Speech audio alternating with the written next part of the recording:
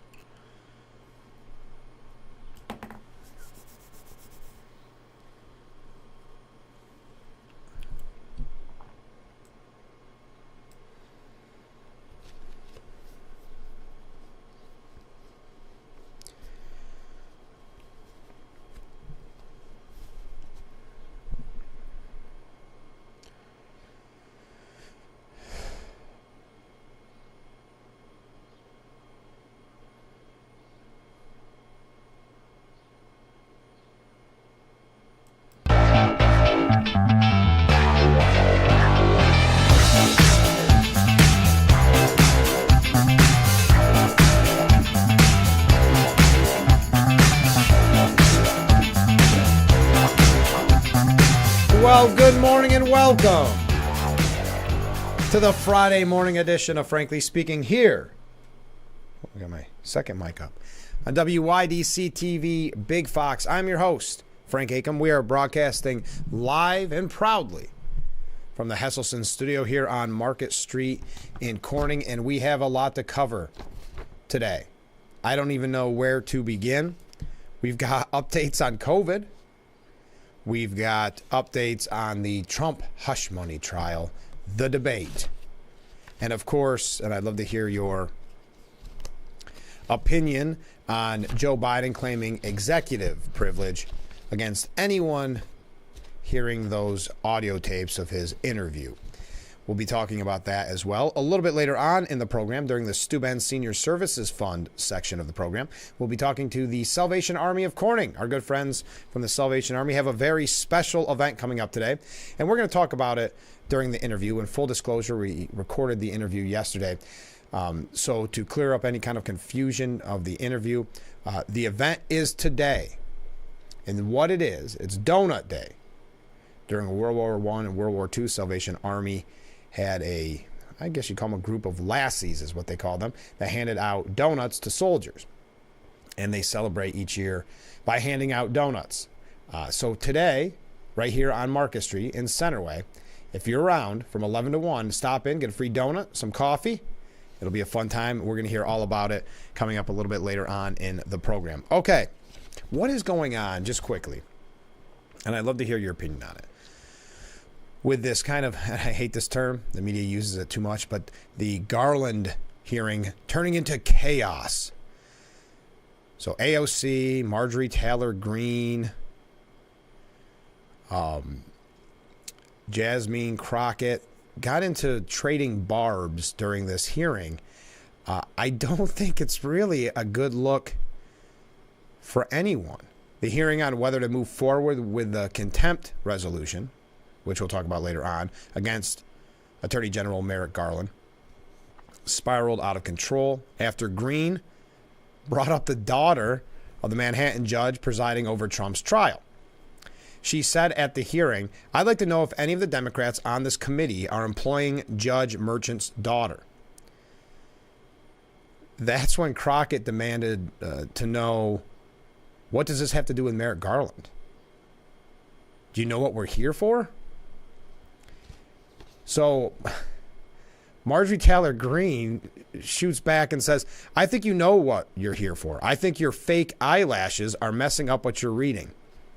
I don't know. I know we've had kind of mixed reactions in the past on this program about Marjorie Taylor Greene. I think the term firebrand is appropriate. I think there's times where she kind of rallies the troops, and there's times like this where she maybe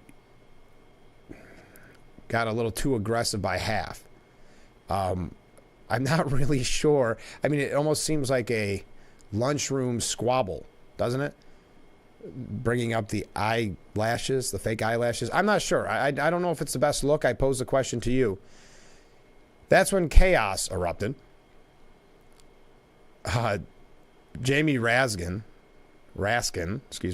said, "That's beneath even you, Miss Greene." That's when the gavel starts going crazy. Now, AOC decided she needed a piece of the action, and she said, that is absolutely unacceptable," she shouted. "How dare you attack the physical appearance of another person?" Some have called it body shaming, which I'm not really sure the exact definition of body shaming, but I guess eyelashes are a part of the body. Then Greene, I don't know. I don't know what to think about all this, folks. I mean, I don't have the video to show you, but Greene said, "Are your feelings hurt? That wasn't any kind of impersonation. I'm just reading the transcript. AOC said, "Oh, this is so uncomfortable to even read." AOC says, "Oh, girl, baby girl, don't even play." So Greene responded by basically copying that sentence and saying, "Oh, really, baby girl? I don't think so." Now, the Georgia Republican, Marjorie Taylor Greene, agreed to strike that from the record, but would not apologize. She said, "I'm not apologizing." And then challenging AOC to a debate. AOC firing back, "I think it's pretty self-evident." Greene responding, "Yeah, you don't have enough intelligence." There was a lot of groans in the chamber, and I kind of understand. I mean, this seems like an awkward place to be at this moment. When things appear to be settling down, Crockett took the mic and fired back at Greene. Because why? Why not? Why not keep it going? "I'm just curious," Crockett said, "to better understand your ruling. If someone on this committee then starts talking about somebody's bleached blonde, bad-built, butch body, that would not be engaging in personalities, correct? That's where the body shaming begins." But that term was thrown around a lot with this. So what starts off as fake eyelashes turns into Crockett taking the dig at Marjorie Taylor Greene, saying, again, if someone starts talking about somebody's bleached blonde, bad-built, butch body, that would not be engaging in personalities, correct? And that's what Comer says. A what now? The chairman seemed a little bit at wit's end at this point. "I have no idea what you said." Now, Crockett's shot at Greene appeared to amuse Raskin, whose eyes widened as he looked around the room and tried to hide his smile. Yeah, I mean, I guess to the point, where's AOC coming to the defense of Marjorie Taylor Greene at that point? I would say, when back in school, when insults were being thrown around and one wasn't bad, and then the other person kind of drops the bomb and goes, "Really? Too far?" That seems to be too far to me, but calm down, Representative Ann Paula Lunas told Crockett. That's when Crockett, again, starting this all back up, "No, don't tell me to calm down because you all talk noise and then you can't take it." What talk noise? With everybody involved in this, just the kind of language that you wouldn't think would be used in the, well, I shouldn't say you shouldn't think would be used in the halls of Congress. I'm sure there's been a lot worse said. Because if I come and talk blank about her, you're all going to have a problem, she continued. Okay. And of course, that is being played throughout the media. I don't really, definitely coming back in with that kind of the insults there. It's just very interesting. I don't know why I started the program like that, but I thought I would get your reaction to the kerfuffle. Maybe we'll say that. Seems like the kind of place I would feel very uncomfortable being at, watching this play out. Just in general, on all sides of this issue. But let's get into something a little heavier. As on Friday, we cover a lot of issues, kind of go through some of them very quickly. NIH finally, after all this time, admits that taxpayer funding was used in that gain of function research. The thing we couldn't talk about during COVID, the thing that made you a conspiracy theorist, because obviously it came from some market, some wet market, and not the coronavirus research lab right next door. Representative Debbie Lesko asked the National Institute of Health Principal Deputy Director Lawrence Tabak, did NIH fund gain-of-function research at the Wuhan Institute of Virology through Manhattan-based nonprofit EcoHealth Alliance? Tabak answered back what we've known but could never be said. Quote, it depends on your definition of gain-of-function research. If you're speaking about the generic term, yes, we did. Now, this is more than 4 years of evasion from federal public health officials, including Tabak himself, by the way, and, of course, Dr. Anthony Fauci, about the controversial research practice that modifies viruses to make them more infectious. Tabak added that, quote, this is research. The generic term gain of function is research that goes on in many, many labs around the country. It is not regulated. And the reason it's not regulated is it poses no threat or harm to anybody. Excuse me? I'm sure there's many that would disagree. Dr. Bryce Nichols, a professor of genetics at Rutgers University and co-founder of the pandemic oversight group Biosafety Now, told the Post the exchange was two people talking past each other. Tabak was engaging in the usual obfuscation and semantic manipulation that is so frustrating and pointless. Instead of addressing this directly, Tabak launched into a useless response about how gain of function encompasses many types of experiments. Yes, still trying to cover it up, still trying to ignore what we all knew from very early on. And the New York Post does a great job of their denials, putting together their denials in this piece. Nichols said no credible scientist still believes this. In fact, the wet market theory has even been refuted by the world's leading coronavirus expert, Ralph Baric, in his testimony from January. It's pure insanity to continue to delegate responsibility for risk-benefit analysis of research that poses an existential threat to humanity to the scientists that will perform the work in their institutions. We just had a devastating pandemic likely caused by the creation of a pathogen with enhanced pandemic potential in a lab, and yet scientists want the public to trust them that they can police themselves. That's just total and complete nonsense. Yes, they want, but remember, these are the people that we were and are still told that we need to trust. Very interesting. I've got one other part on this really quickly when we come back from break, and then we're going to move on. We've got college protests. I would love to hear your opinion. Oh, thank you for the waves. I'd love to hear your opinion on the chaos at the hearing yesterday with the name calling and the body shaming. I'd also love to know what you think about Biden using executive privilege not to have that interview released. We're going to talk about that as well. That and much, much more. So stay with us. We are just getting started here on Frankly Speaking.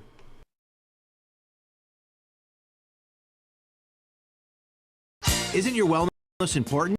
Don't you want more energy? Now's the best time to make every day better and relieve those achy muscles and pains than with the Hesselson's Hot Tub. Hesselson's has hot tubs in stock and available for immediate delivery with unbelievable savings. Hesselson's offers 0% interest-free financing for up to 5 full years. Hesselson's carries the only hot tub brand in the industry with the exclusive freshwater salt system that is eco-friendly and easy to use and only enhances your hot tubbing experience. Come in today and see why your next hot tub should be a Hesselson's hot tub. And remember, it's always fun to poke in the corners at Hesselson's. Was your preemie baby fed a cow's milk baby formula such as Similac or Enfamil? If so, your child may be entitled to significant financial compensation.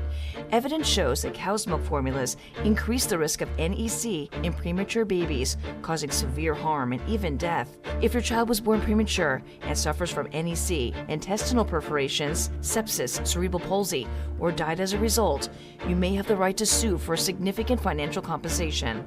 Call now for a free case review. The bathroom of your dreams is only a phone call away with BCI Bath and Shower. We can make your ordinary bath and shower extraordinary. This is not a cookie-cutter design. This is a complete custom build that will fit your every need. It's never been easier or more affordable than right now to get the bathroom of your dreams. We have the best monthly programs in the industry with payments as low as $99 per month or no payments, no interest for 18 months with approved credit. The hardest part of your new bathroom is gutting and building the tub and shower. If your bathing area is old, there could be damage behind the walls and possible mold and mildew, which can be a serious safety issue. At BCI, we don't cover a problem, we fix it. Call now to get a never clean glass treated door with a no-track system at half off for the first 50 callers. Factory trained, certified installers made in the USA and discounts for seniors and military. Call 800-704-1798. That's 800-704-1798. The Big Fox website is here now. WYDCTV.com. Local and national news that keeps you informed and involved. WYDCTV.com. Today's weather up to date and in your town. WYDCTV.com. Sports news, local events, and health stories that affect you. WYDCTV.com. The Big Fox website. Your news here now. WYDCTV.com.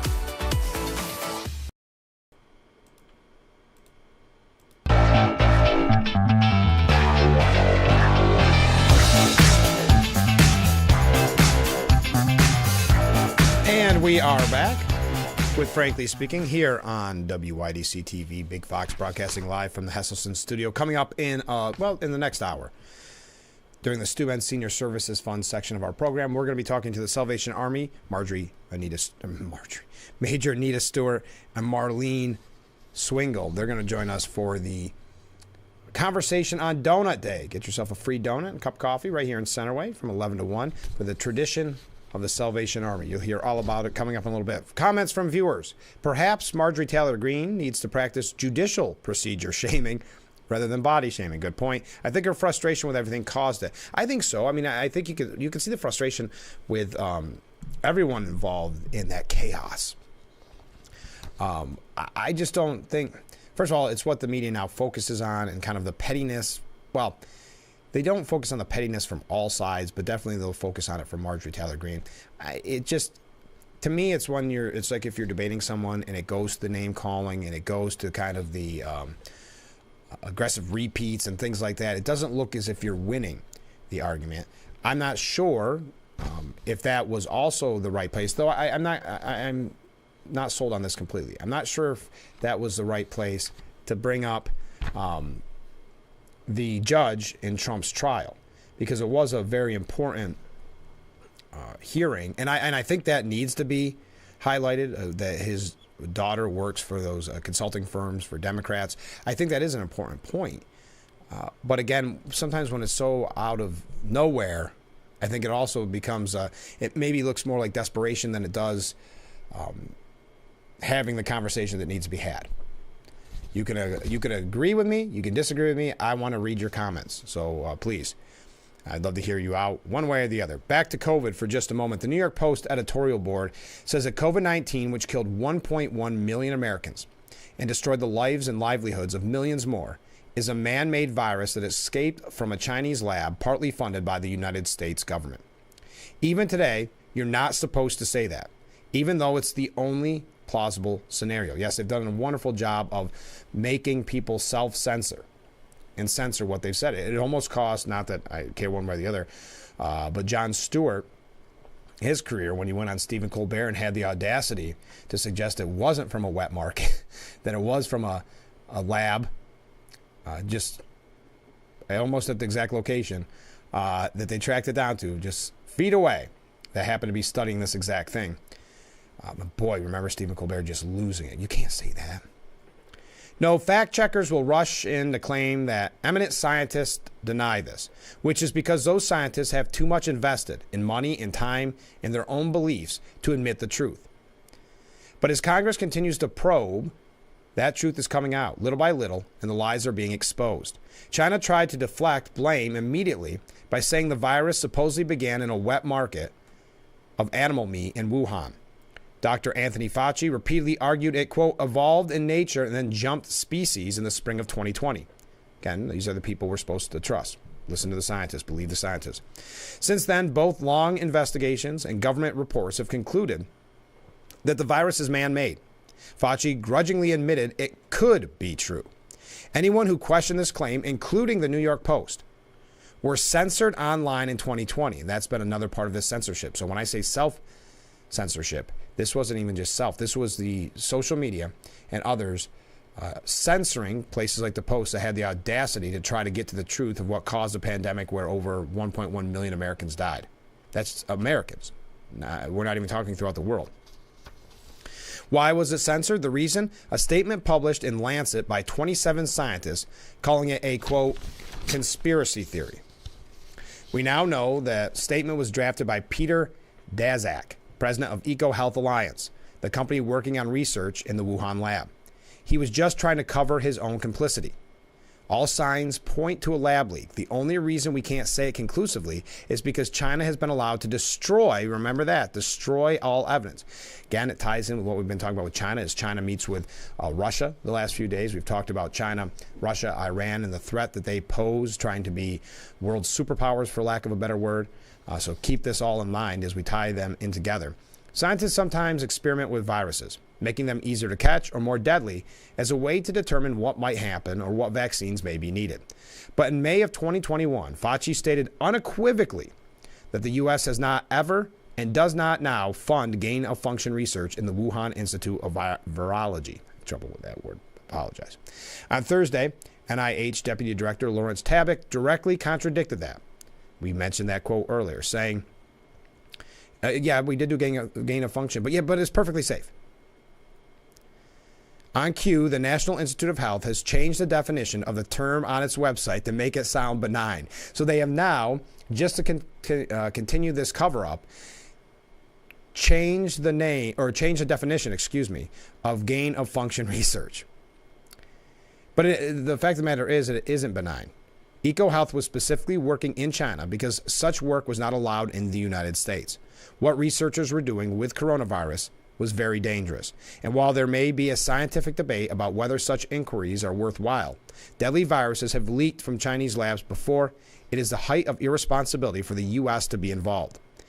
The Heritage Foundation has called the cover-up of the origins of COVID, quote, the lie of the century, and the New York Post agrees.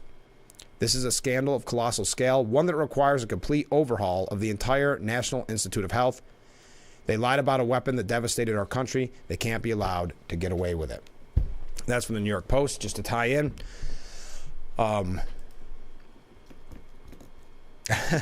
Here's a comment from a viewer. I need new conspiracy theories. All my old ones have come true. That's funny. Fauci, another comment from a different viewer. Fauci should be tried for crimes against humanity for going against American law relating to this type of experiments, and Obama knew it and pushed it. Thank you. Keep those comments coming in. You see the number on the bottom of the screen. If you are new to the show, you can text or leave a voicemail. I'll try to do my best to get all the information out that you share with me. Okay, we're going to talk about quickly, and this is just a few quick things about the continued protests on college campuses tied in with our policy on Israel. We also have a lot about the debate. Obviously, this week has been the big topic has been the potential See, I'm still holding on to my conspiracy theory. Potential for presidential debates, one coming up on, was it June 27th?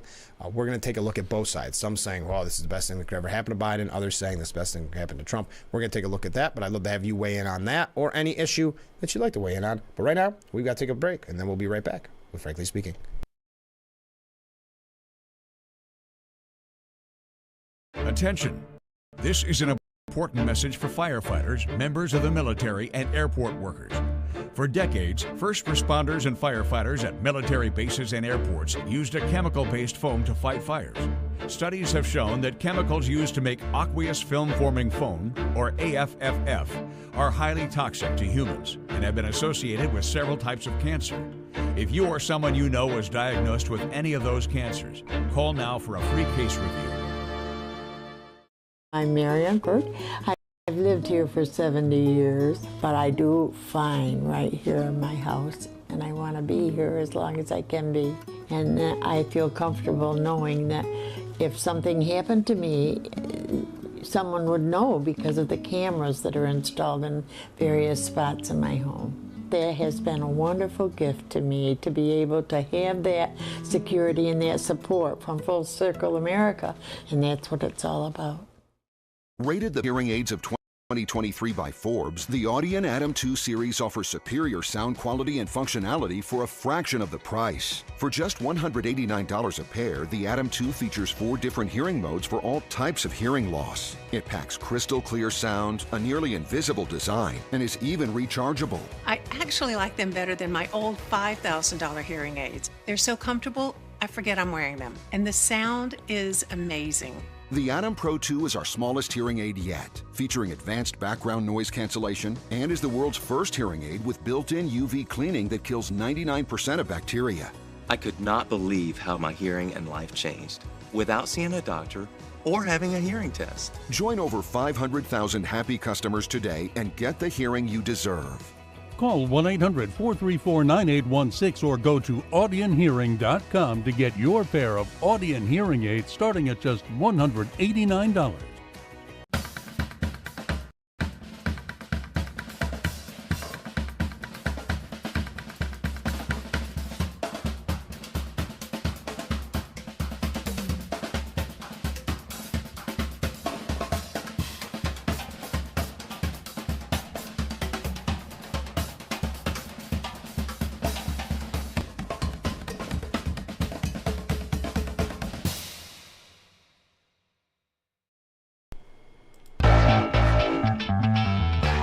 Broadcasting live from the Hesselson studio. You're watching Frankly Speaking, and I really appreciate that. We got a lot of waves coming in. I appreciate that as well. A couple comments from viewers. Gain of function is not safe. There are millions affected to prove it.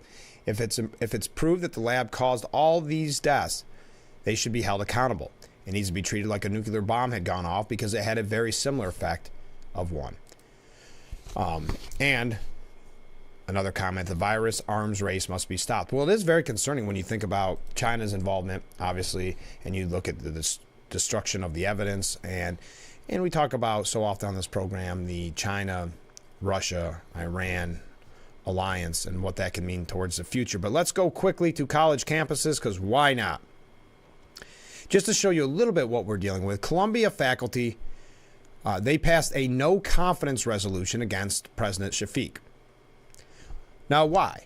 Because of her horrible handling of the protests? Because she allowed them to grow and become more destructive, more intimidating to Jewish students, more aggressive, more anti-Semitic? Is that the reason? No, the reason is because she had the audacity to get police involved. Now, you know my thoughts on that. She gave horrible testimony in Congress. And I believe that's why the next day she called the cops. She was trying to play it both ways. That backfired. Then the protest grew. Then she called cops again. Anyway, so again, the faculty, the grown-ups in the room, giving her a no confidence vote, which I think we could all give a no confidence vote to President Shafiq, but not for the reasons you would give her a no confidence vote. Giving her that vote because she had an unprecedented assault on students' rights. I don't believe they're referencing the rights of the Jewish students. This coming from the New York Times. They said she had violated the fundamental requirements of academic freedom and shared governance and engaged in an unprecedented assault on students' rights. The move, while largely symbolic, underscores the anger at Dr. Shafiq. The no confidence resolution was introduced by the campus chapter of the American Association of University Professors, a professional faculty organization. Of the 709 professors who voted, 65% were in favor of the resolution and 29% were opposed. 6 abstained. Interesting. They particularly criticized Dr. Shafiq's decision to call the police. There it all is. That's what it boils down to. Call the police onto campus to clear a pro-Palestinian student encampment on April the 18th, even after the executive committee of the University Senate had unanimously told her not to do it. So as these students were breaking laws, getting destructive, yelling anti-Semitic things, pro-Hamas things, intimidating fellow students, Jewish students and others, that was all okay. The line that was crossed, she was doing fine up until then. The line that was crossed is when she decided to get police involved to break up the lawlessness. So remember, that's not learning any kind of optics lesson. Faculty and the quote-unquote grown-ups in the room at the university showing yet again where they stand, what they believe. Now, John Stossel, and I'll pose this question to you. John Stossel believes this. It hasn't necessarily been an attack on freedom of speech like what was kind of expressed in that resolution, but it was more of the potential for it. John Stossel saying the worldwide drive to clamp down on free speech is doomed to backfire. And he goes through some other unrelated to this attacks on free speech. But then he said, our First Amendment says Congress shall make no law abridging the freedom of speech. Should that river to the sea House bill become law, because there is a bill being proposed that will, I don't want to say outlaw, but they will define river to the sea as anti-Semitic. Where's the exact, here it is. Should the chant be illegal, the House of Representatives just voted to make it illegal at universities. Both Republicans and Democrats voted for the bill. So he said, should that become law, it would be something new. Americans have mixed feelings about free speech. A Real Clear Politics poll reports that 61% believe government should restrict hateful posts. Now that's troubling. It really is. Will the party in power get to decide what's hateful? And I agree with John Stossel on that. Where I disagree is what these protests symbolize. And he said, I agree, it's good that so far American police say their campus arrests are for trespassing or property damage, not words. I don't agree with what most of the demonstrators say, but I'll defend their right to say it. And I think from the beginning we've made that very clear, at least here, that obviously we are for free speech. And I even said I thought it got ridiculous that we all had to do that disclaimer so often, because obviously we're for free speech.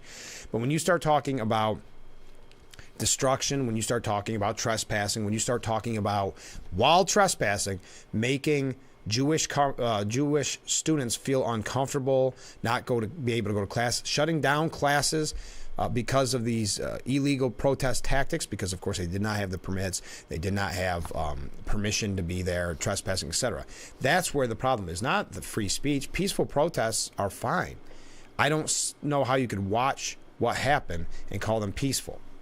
So I will pose that to you. Do you think that this is troubling, what's coming down because of these protesters, that there is an attack on free speech, like John Stossel is suggesting? And I do believe there is an attack on free speech throughout the, unfortunately, country and throughout the world, in different avenues and different ways that they do it. Hence the censorship that we were talking about earlier about COVID, or the censorship we see online. But I thought that was kind of maybe a devil's advocate, maybe question. And I'd like to hear what you have to say. Now, Morehouse College, the president there says that graduation might be halted completely if there are disruptions during President Biden's speech. What we won't allow, said President David A. Thomas, is disruptive behavior that prevents a ceremony or services from proceeding in a manner that those in attendance can partake and enjoy. And you say, okay, that's reasonable. You know, clamp down on this disruption. That's fair. Let these students that graduated have a chance to enjoy this really important part in their life. But this is where I think is interesting. So, for example, prolonged shouting down of the president as he speaks. I have also made a decision. that we will also not ask police to take individuals out of commencement in zip ties. If faced with that choice, I will cease the ceremonies on the spot if we were to reach that position. So if it gets to a point where they're so disruptive, but that's interesting. And I'm not sure how this works, because obviously the police have not been able to come on these campuses until they're called, because it is private property. So in this case, can you dictate, or in any of the cases, can you dictate to the police, hey, we want you there, we want you for security, but you cannot do X, Y, and Z? And in this case, you cannot escort people out of the commencement in zip ties. Because let's face it, there's going to be a lot of students across the country that want to be escorted out in zip ties. They want that optics. And you're telling me there's not going to be a lot of students that want the optics and the media attention and the social media attention of shouting down the President of the United States while he gives a speech at their commencement? I mean, as I've been saying from the beginning, the narcissism of these protesters, that's why we knew there'd be so much disruption at the commencement ceremonies, because that proves right then and there to all your fellow students and to all their parents and your parents and all their loved ones that you are the one that cares the most about this pro-Hamas cause. You're bigger and better than the person that just happened to encamp for a couple weeks outside. You took it a step further, as we saw the other day with the student from Columbia ripping up her diploma. This happens with protests quite often, where one person starts, but the other person wants to get more attention. So they do something a little more outlandish, and it continues to grow and grow, where you have, I think eventually you'll see the president shouted down at a commencement, but because I think he has a few he has to speak at, but where you'll see more outrageous things done for the more attention to show that you care the most, that you're the leader of this movement. And we saw it early on, just to give you kind of like maybe a weaker example of it, when there was the protests during the national anthem, where Colin Kaepernick took a knee.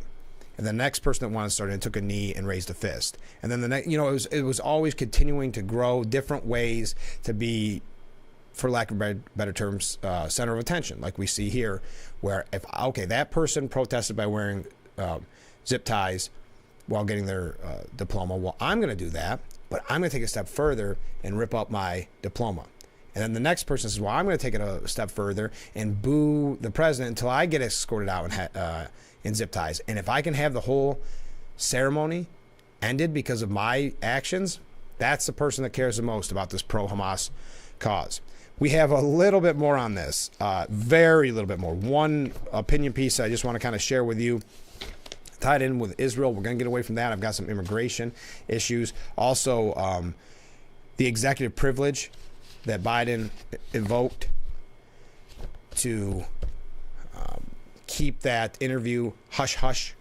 Do you think also, I thought about this when I first saw the article, Tim Scott hinting that he's kind of on the short list for VP. I like Tim Scott, in full disclosure. I like Tim Scott a lot. I interviewed him in the past. I really like him.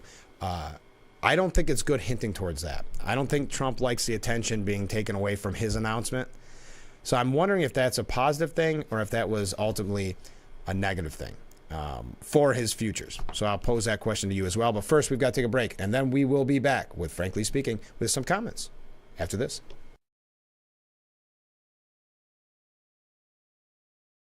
Attention Twin-Tier homeowners.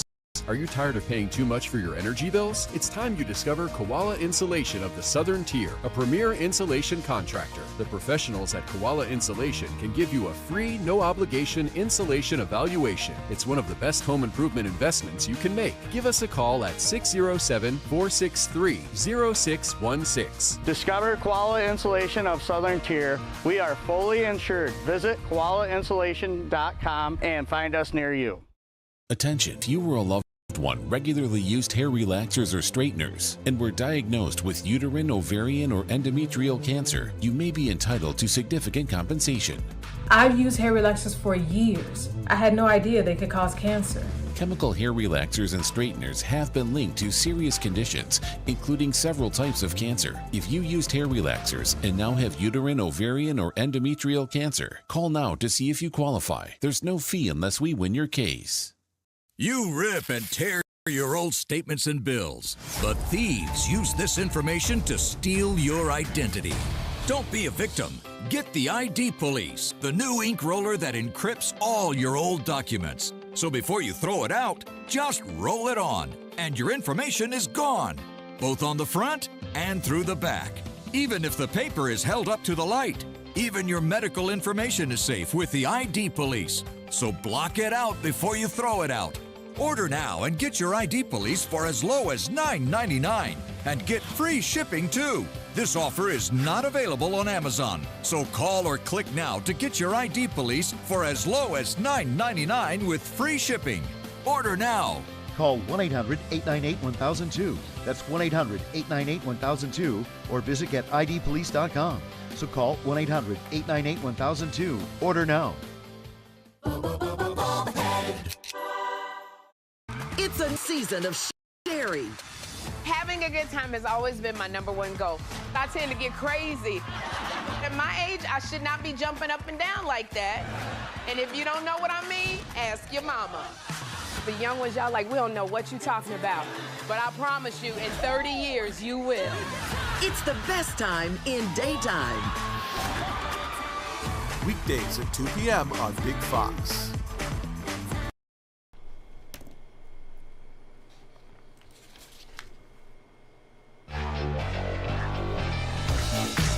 Welcome back to Frankly Speaking. A couple of comments from viewers, and we're going to wrap up our discussion on these college campus protests for today.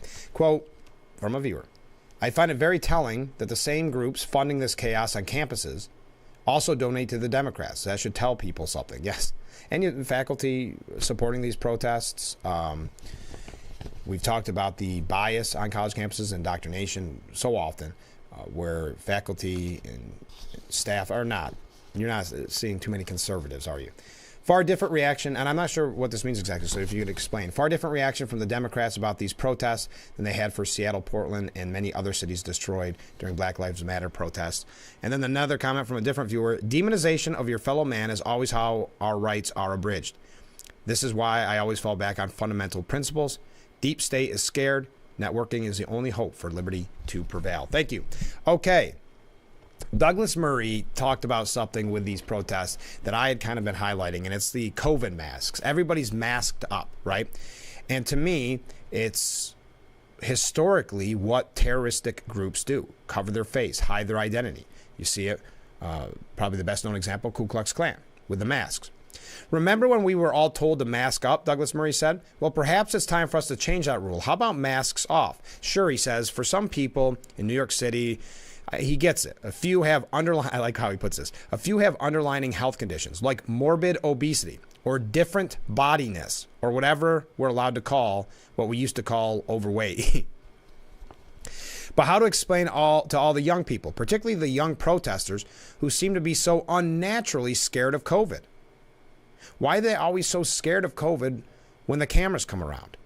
Perhaps the students at Columbia and other campuses really do have a mortal fear of COVID, in which case, I'm going to set your mind at ease. New York State no longer has a COVID-19 problem. College-age Americans are more likely to die by homicide, suicide, or being hit by a bus than they are through complications caused by COVID. So rejoice, oh brave protesters, Douglas Murray writes. The masks can come off. And yet, with something like inevitability, there's one thing you can predict about protesters in New York today, which is that anytime they are protesting, they'll be strangely scared of COVID. At the height of the Black Lives Matter protests in 2020, you might say, okay, there's an excuse for that. There's nothing like the fear of COVID to keep you cautious as you smash up a store. Indeed, I'm sure that it was always perfectly natural that people swiping a set of sneakers for social justice would at the same time mask up to protect their respiratory system. But why is it that in 2024, today's brave protesters in New York are nearly always wearing a mask?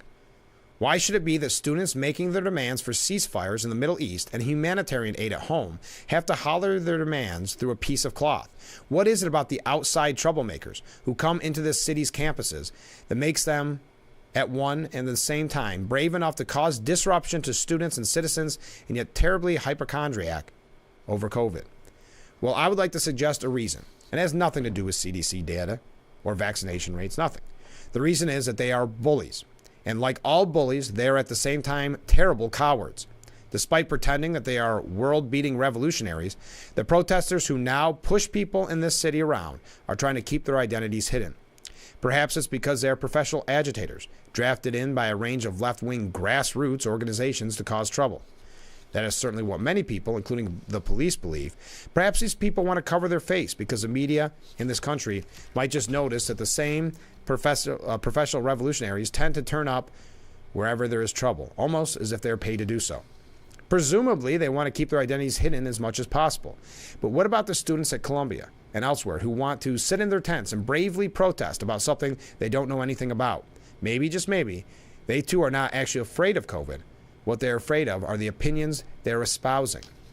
Yeah, if you're so courageous, if you're so confident in your beliefs, why do they hide their face? Because at the end of the day, they want to get a job with their degree.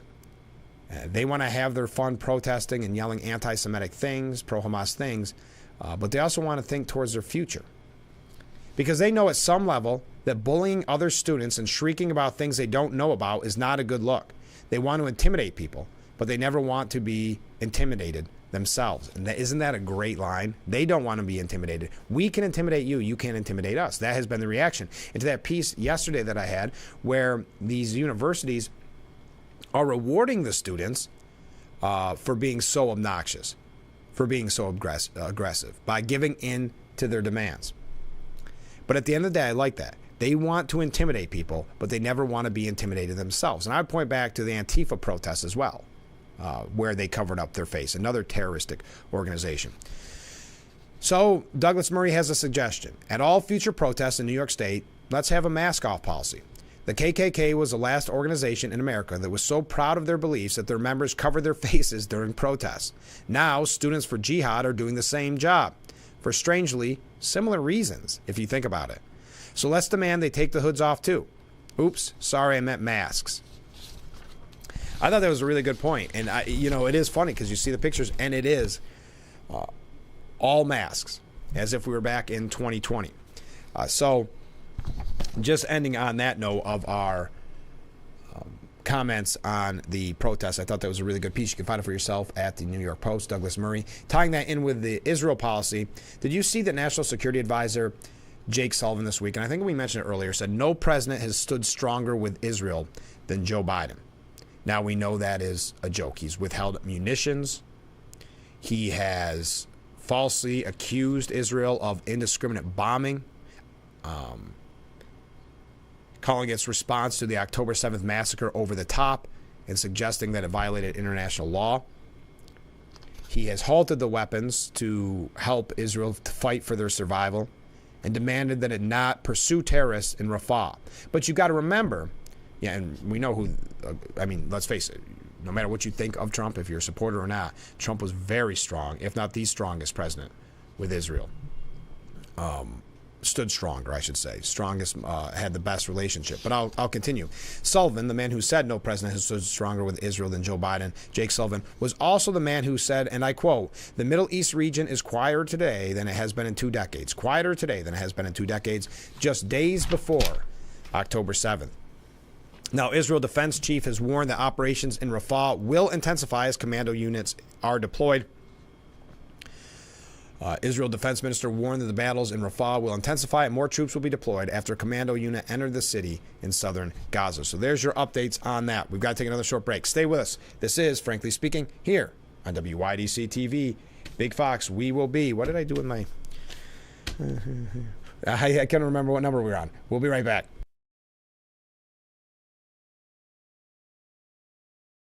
Isn't your wellness important? Don't you want more energy? Now's the best time to make every day better and relieve those achy muscles and pains than with the Hesselsen's Hot Tub. Hesselsen's has hot tubs in stock and available for immediate delivery with unbelievable savings. Hesselsen's offers 0% interest-free financing for up to 5 full years. Hesselsen's carries the only hot tub brand in the industry with the exclusive freshwater salt system that is eco-friendly and easy to use and only enhances your hot tubbing experience. Come in today and see why your next hot tub should be a Hesselsen's hot tub. And remember, it's always fun to poke in the corners at Hesselsen's. If you or a loved one regularly used hair relaxers or straighteners and were diagnosed with uterine, ovarian, or endometrial cancer, you may be entitled to significant compensation. I've used hair relaxers for years. I had no idea they could cause cancer. Chemical hair relaxers and straighteners have been linked to serious conditions, including several types of cancer. If you used hair relaxers and now have uterine, ovarian, or endometrial cancer, call now to see if you qualify. There's no fee unless we win your case. Is this start of a dynasty? Ryan Blaney is a NASCAR Cup Series champion. A redemption tour? Ready to go to work. Is this the face of a ruthless competitor or a villain? I'd be your favorite driver. Is it time for a breakthrough? Let's go! To get back to breaking stuff? Or is this the makings of the wildest ride you'll ever witness? It's all of the above, and it's about to go down. Any questions?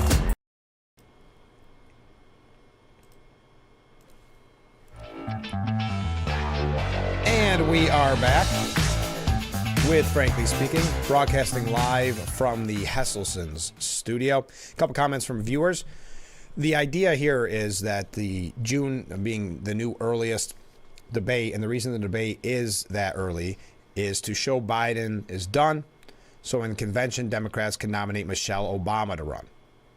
Laugh, but anything can happen in today's world. Thank you for that comment. I know there's a few people in this audience that believe that at the end of the day it will not be Biden. Michelle Obama has signaled that she's not interested, but then we heard from, who was it? Cindy Adams, kind of the gossip queen at New York Post, saying that she heard rumblings. So I keep the comments coming in. I love to hear them. Tim Scott, this is from a different viewer. Tim Scott would be a great choice for Trump's VP. Quote, a descendant of enslaved people, the second son of a single mother. I know he has an amazing background, amazing story. He is also a teetotaler, like Trump. Listen, I've been saying from the beginning, I like Tim Scott. I get nervous, and what that's in reference to is he was on, what program was it? Newsmax with Eric Bolling. And Scott said to Bolling, I hear there's a debate in July. If you're the guy, oh yeah, and I think that text said June, but it is July. I hear there's a debate in July. If you're the guy moderating, maybe I'll be talking to you. We'll see what happens. Is what he told Eric Bolling, kind of a wink, wink, nudge, nudge. Maybe I'm going to be the VP nod. I don't know if hear me out. I don't know. Oh, no, I'm sorry. I misspoke. June 27th, because I keep wanting to think it's 26th. June 27th is the first debate. So that the comment from the viewer is right. July, the one that Representative Scott, or Senator Scott, excuse me, is referencing here is the vice presidential debate in July. So kind of hinting towards the VP nod. Bolling then asked Scott point blank if he thinks he'll beat Trump's number 2. Scott laughed and said, we'll see. So I think, I know he's having a little fun there, but Trump doesn't like the attention taken away from him on things like this, on announcements. I don't think so. I don't know if this might have moved him down rather than helped him. That's just my personal opinion. I have not seen that anywhere else. That's what the first thing I thought when I saw that statement. Now, there has been no agreement, as far as I'm aware, unless something happened as of late last night, where they've confirmed that there will be a VP debate, because the president will not agree, it sounds like, to more than the 2 debates. And then they said, well, how about the VP debate? And we'll give you a VP debate, and it'll be same rules. And Trump has not responded to that. We're going to talk about the debates in the next hour. But did you know that, just speaking of Biden, 1.7 million gotaways have sneaked into the U.S. under Biden? More than in previous decade combined. That's gotaways. That's no record. More than 1.7 million migrant getaways have illegally sneaked over the southern border without being apprehended during the Biden administration. That's coming from Border Patrol data. The huge number of gotaways, defined as those who have been spotted by agents or via video cameras but not caught, is higher than the 1.4 million recorded in the entire decade from 2010 to 2020. We know immigration is the number one issue to voters, and that's why Schumer is moving to give cover to Biden and Democrats with that bill, trying to put it on Republican shoulders, because they know that the Republicans won't support it. So then they can go back out and campaign like they did in November and say, no, look, Republicans don't care. He's going to resurrect a bipartisan border bill for a vote likely next week, Axios said. Republicans are expected to overwhelmingly vote against the bill, which would provide new tools to restrict access to asylum when border numbers surge. You've got to remember, this is not, the media is going to sell it as being the perfect bill, bipartisan bill, perfect bill. Everybody agrees on it. Best thing that could ever happen to the border. Not the case. What it means to negotiate in instances like this is it means Republicans have to cave in on everything. And then maybe we'll say you negotiated. So their line of attack is, and you're going to hear a lot about this, is they're not voting on it because of Trump. Trump doesn't want to win for Biden. So what Schumer is doing is saying we've got to get ahead of this as we near November.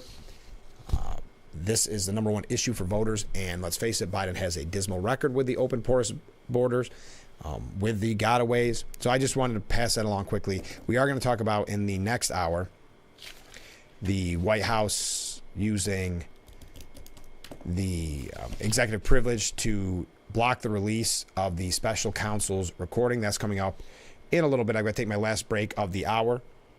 So stay with us. This is Frankly Speaking here on WYDC TV, Big Fox. We are proud to serve our country, to serve our local communities, to wear the uniform, to be a soldier, to serve abroad when and where duty calls. We are ready to stand with our brothers and sisters to defend, to serve, to fight. We're always ready, we're always there. We are the New York Army National Guard. Was your baby fed a cow's milk baby formula such as Similac or Enfamil? If so, your child may be entitled to significant financial compensation. Evidence shows that cow's milk formulas increase the risk of NEC in premature babies, causing severe harm and even death. If your child was born premature and suffers from NEC, intestinal perforations, sepsis, cerebral palsy, or died as a result, you may have the right to sue for significant financial compensation. Call now for a free case review.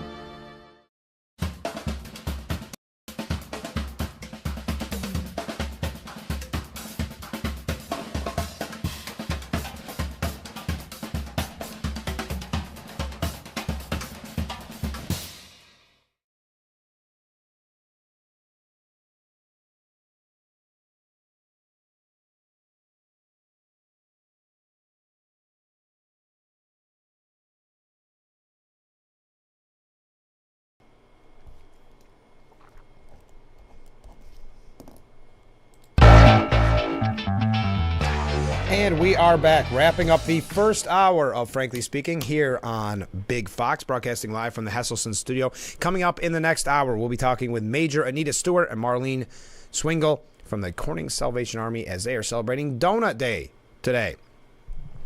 And that's during the Steuben Senior Services Fund section of our program. Now, the panel did pass the resolution to hold Merrick Garland in contempt of Congress. As you are aware, Garland defied a final warning in April to comply with a subpoena for the recordings of Biden's interview with her. That is the interview where her characterized Biden in the report as an elderly man with a poor memory. Republicans were undeterred, saying we will move forward with its markup of a resolution and report recommending to the House of Representatives that Attorney General Garland be held in contempt of Congress for defying a lawful subpoena. The White House is asserting executive privilege over the recordings, but has already waived privilege by releasing the transcript of the interview. So yes, Biden kind of quietly using that executive privilege. They defended that while Karine Jean-Pierre defended it, the White House press secretary, saying, and obviously the letter from the White House counsel laid out for reasons about the concerns of being used for political purposes. But that seems to imply that the White House is concerned that these could be politically damaging, a reporter asked Karine Jean-Pierre. So yeah, so you're doing it because it could be used for political purposes. So there is something there. I mean, this is fanning the flames of conspiracy theories, right? So why not release it?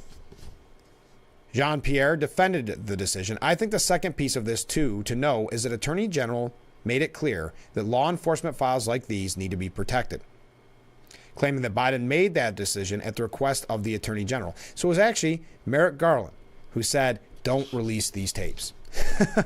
So just want to make the second point that I made really clear. The Department of Justice in the White House's counsel's office has provided extensive written letters, as you all know. I'm sure some of you have read up on this issue, and like I said, that you have seen. And so when it comes to anything further, any specifics, obviously I would refer you to my colleagues at the White House counsel's office. Man, she is tough to read, isn't she? Her statements as press secretary. Twisting herself up into a pretzel, pressing that the determination was made at the request of the Attorney General, who wanted to make sure that the law enforcement files like these must be protected. So again, the Attorney General calling for the executive privilege to be used.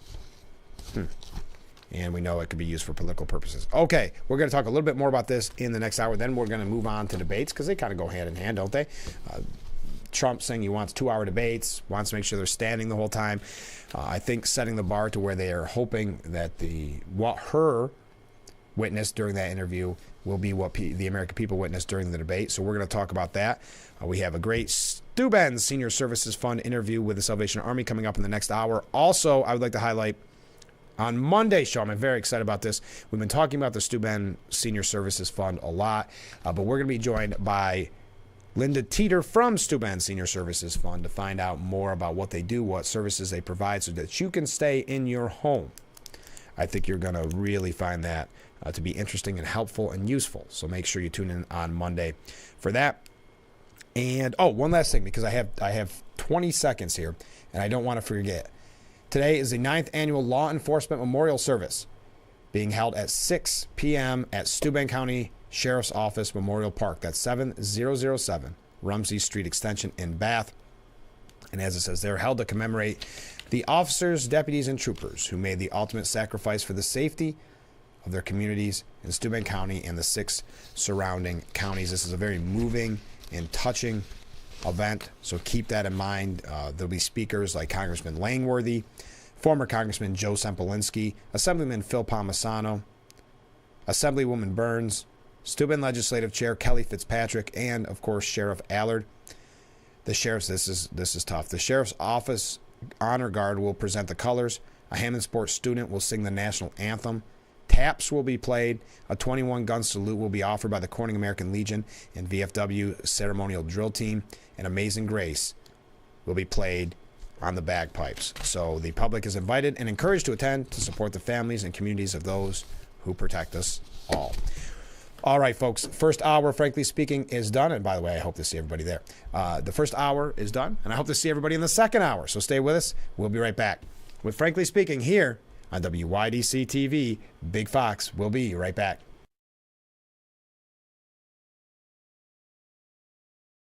Our water's better tasting. It's better for the planet.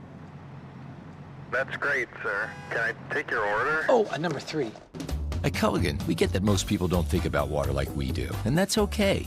You see, when we install our drinking water and softening systems, we're thinking about filtering contaminants and the minerals that make water hard. So you can just think about softer, cleaner, better tasting water. At Culligan, we think about your water, so you don't have to. Call today to schedule your free water test.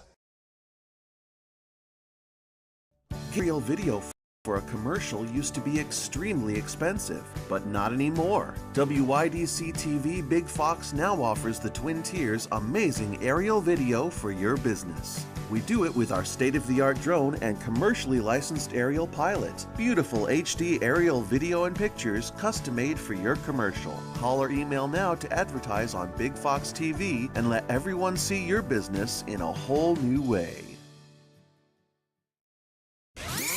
The Fox Sports app isn't just any sports app. It's your sports app. Yeah, yours. Your teams. Your highlights. Your scores. Your stories. Just choose your favorites to get more of what you want. To the end zone! And of course, stream your teams live. The best part is free with your pay TV subscription.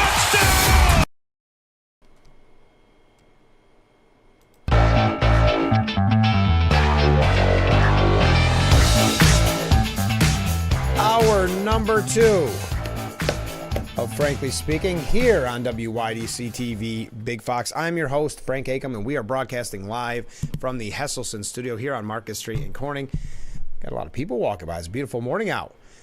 Got a lot of waves coming in as well. So thank you for joining us, and thank you to everybody who joined us for the first hour. We were talking about Joe Biden claiming he has executive privilege against anyone finding out on just how addled he is, says James Bovard. It is interesting because what this does, let's face it, at the end of the day, is creates inevitable conspiracy theories. And that's what and I'm going to talk about what James Bovard said in a moment. But the New York Post editorial board said, what is on these tapes?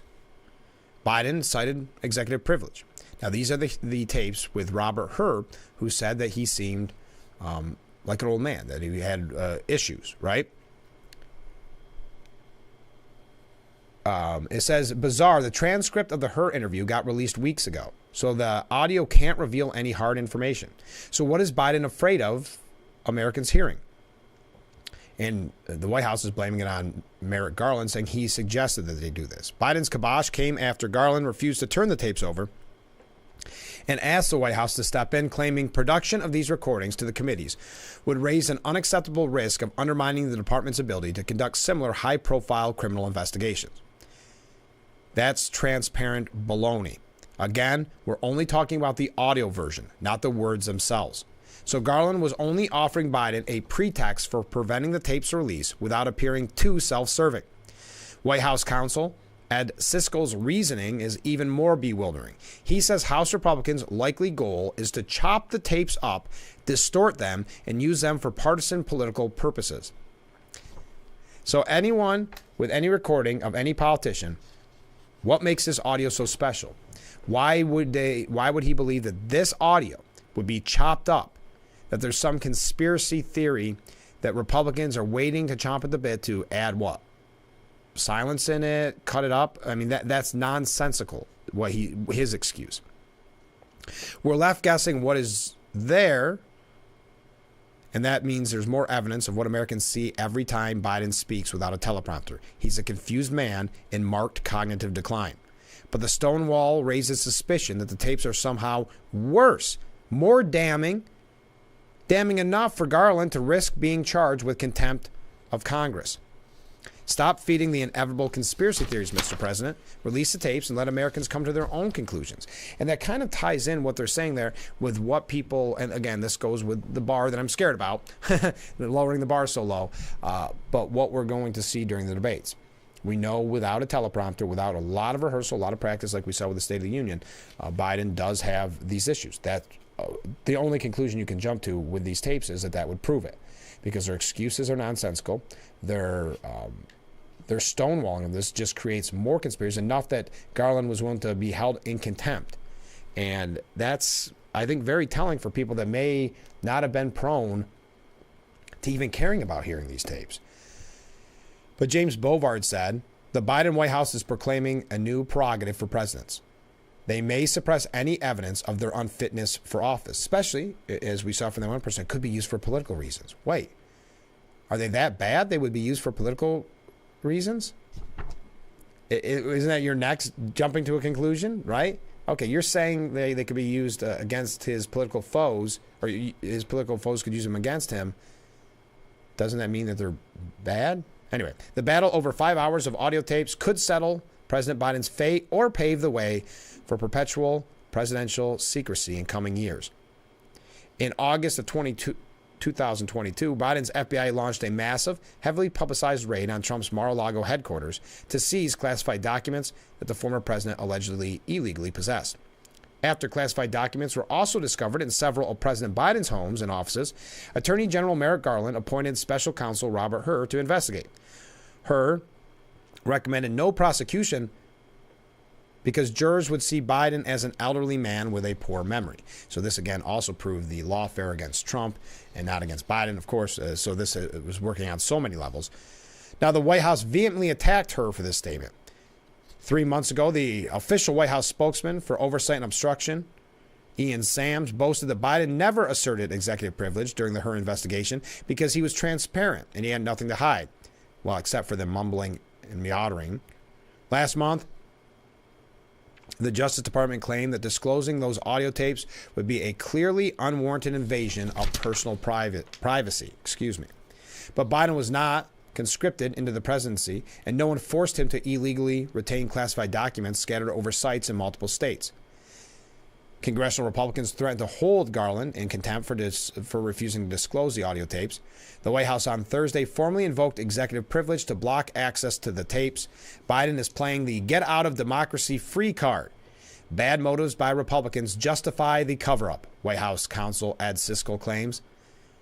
Siskel claims that the GOP had no legitimate need for the audio recordings, as if everyone is obliged to take the White House's word that Biden is the smartest man in Washington. Well, you are. That's what they are told. The media is telling you. That just take them at their word. It's just like with the economy. No, never mind about inflation. Things are really good. The economy's great under Biden. Never mind what happens when you go to the grocery store. Same idea. Trust us. Biden is the smartest, most competent, healthiest man in Washington. Siskel asserted that if Republicans received the audio files, they would chop them up, which is such an old thing to say. It's not how you edit audio anymore, but chop them up, distort them, and use them for partisan political purposes and manipulate them for potential political gain is inappropriate. Chopped? Will Biden's brain trust propose revising the First Amendment to prohibit any editing of politicians' statements? Does Siskel believe that Biden's reelection campaign deserves veto power over any outtake from the president? That's what they're presenting here. And I think that's what they will try to pursue. The controversy is exposing Washingtonians' self-worship. When a reporter asked Garland on Thursday morning why he asked Biden to declare executive privilege, Garland responded, "The Justice Department is a fundamental institution of our democracy. I will protect this building and its people." Now, did Garland forget his oath of office, touted the Constitution, not 1600 Pennsylvania Avenue? Which one's more important to Garland? For the White House, the issue is not whether Biden is capable of fulfilling the heavy duties of his job. Instead, the issue is that the American people are unfit to judge the president's verbal pratfalls and incoherence. Instead of a bizarre executive privilege claim, the White House should have invoked the Americans with Disabilities Act and threatened to sue any voter for illegal prejudice against the mentally handicapped. This James Bovard. This is not my point. I want to hear your comments on it. Are Americans heading for another Alice in Wonderland election? Votes first, evidence later. Will the Biden-Hur tapes become the 2024 equivalent of the cover-up of Hunter Biden's laptop in the 2020 election? Will there be any number of cynics' bingo cards that won't be covered by Election Day? I thought that was a great way of putting it. Now, Trump calls this his Trump campaign called this asserting executive privilege a double standard. Crooked Joe Biden and his feeble administration have politicized the key constitutional tenet of executive privilege, denying it to their political opponents while aggressively trying to use it to run political cover for Crooked Joe. So that ties in with the debates. And we talked about this extensively yesterday, and I would love to hear your opinion on it. With the debates, when we talk about what we've all seen, the cognitive decline, and we don't say this in some type of laughing fashion, it's unfortunate, but the cognitive decline of President Biden, we see it with our own eyes, again, telling us, never mind what your eyes tell you. Never mind, there's nothing to see here, right? Well, that's one of the many reasons why we saw the rules, I believe, for the presidential debate. Biden, I think, the more I've thought about it over the last more than 24 hours, I do think Trump called Biden's bluff, meaning that Biden thought if we put these unrealistic rules in there, and we have it at CNN where the moderator is Jake Tapper, Trump's going to say no, he doesn't agree to maybe one or all of the rules, and then they can say, see, he doesn't want to debate. Nope, he said anytime, anywhere, but he's a coward. You know, you can almost see it already because Biden's trying to act tough on Trump, saying, "Take the debate, go ahead, pal, make my day," or however he worded it. It's that weird, do it or don't. That weird, tough talk from the president. But so I think that Trump, realizing that the cards have been stacked against him in so many instances, through the lawfare, and so you can go through so many examples, that you know what, why not? You set all the rules. I said anytime, anywhere, any place. You set all the rules because the system's been out to get me anyway. Might as well beat this one more time. Same with the court case. I had some friends, again, not political-minded friends at all, who I would say perhaps maybe don't vote, but if they were to vote, I would speculate, vote Democrat, saying that they believe this trial just makes Trump look tougher, makes him look more willing to fight the system. And I thought that was very interesting. So the same goes here. Okay, you wanna stack the deck against me? Well, it's happened before, and I beat it before.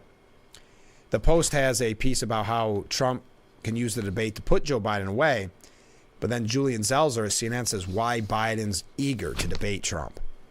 And then we have a few other comments on it. Then we're going to get to the hush money trial and much more. So we've got a little bit more to talk about. Right around 7:20-ish, we're going to be talking with the Salvation Army of Corning. So stay with us. We need to take this short break. We'll be right back with Frankly Speaking here on WYDC TV, Big Fox.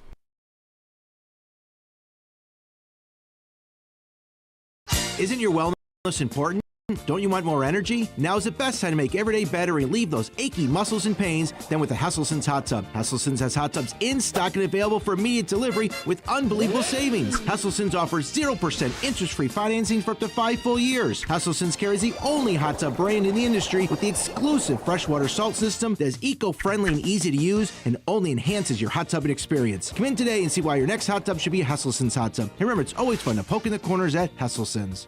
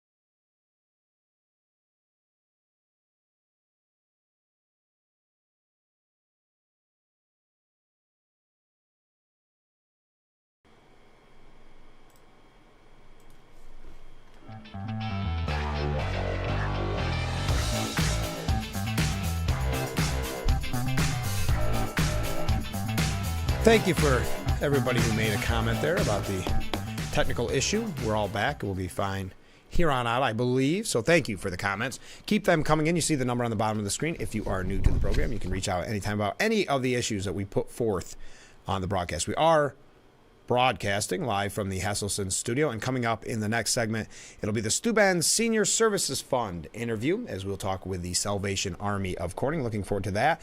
And I don't want to give too much away of the interview because it was pre-recorded, so we sometimes say Friday or tomorrow instead of today. It is actually today, and that is Donut Day. And what Donut Day is, you can come. It's a part of history, and you'll hear about it. Part of Salvation Army's history. But you can come to Centerway from 11 to 1, get a free donut, a free cup of coffee. Just say hi. That's all you got to do. Maybe after your lunch, you can get a little free dessert from the good folks at the Salvation Army. You'll hear all about it in the next segment. So the Post is suggesting that this is Donald Trump's chance, this debate coming up on June 27th, to basically end any question about who will win. But before I tell you that, Julian Zelzer has a different opinion. Julian Zelzer from CNN tells us why Biden is eager to debate Trump. Now, would you say there's an eagerness there, or it was, hey, if you follow all these guidelines, then we'll do it? Because I'm still not, I know, I'm still not convinced it'll totally happen. But if it does, it's really with a lot of rules in Biden's favor, right? A lot of rules. So Julian Zelzer says, as we know, they both accepted the invitation for the debate. Biden, who was first to accept the invitation, posted, "I've received and accepted an invitation from CNN for debate on June 27th. Over to you, Donald. As you said, anywhere, anytime, any place." So he's trying to poke Trump on this, really hoping, I think, in the long run, that Trump would not accept with all the stacked rules. The June date, much earlier in the general election cycle than usual, is a reflection of the growing importance of early voting. Hold on, I got a call real quick. And later, Wednesday morning, both men said they also accepted an invitation from ABC for that second debate on September 10th. For the first time in decades, whether there would even be debates had been uncertain. Again, I am making it fully clear. I will owe everyone an apology if after June 27th, on the morning of June 28th, when we talk about the debate, if there was the debate, I will owe everybody an apology, because I was one of the people that speculated that it would not happen. I thought there was too many outs for the Biden administration and too much downside for Biden. All Biden had to say, his campaign, is that they could not give him the platform. They were not going to let him spew his lies. And that was that.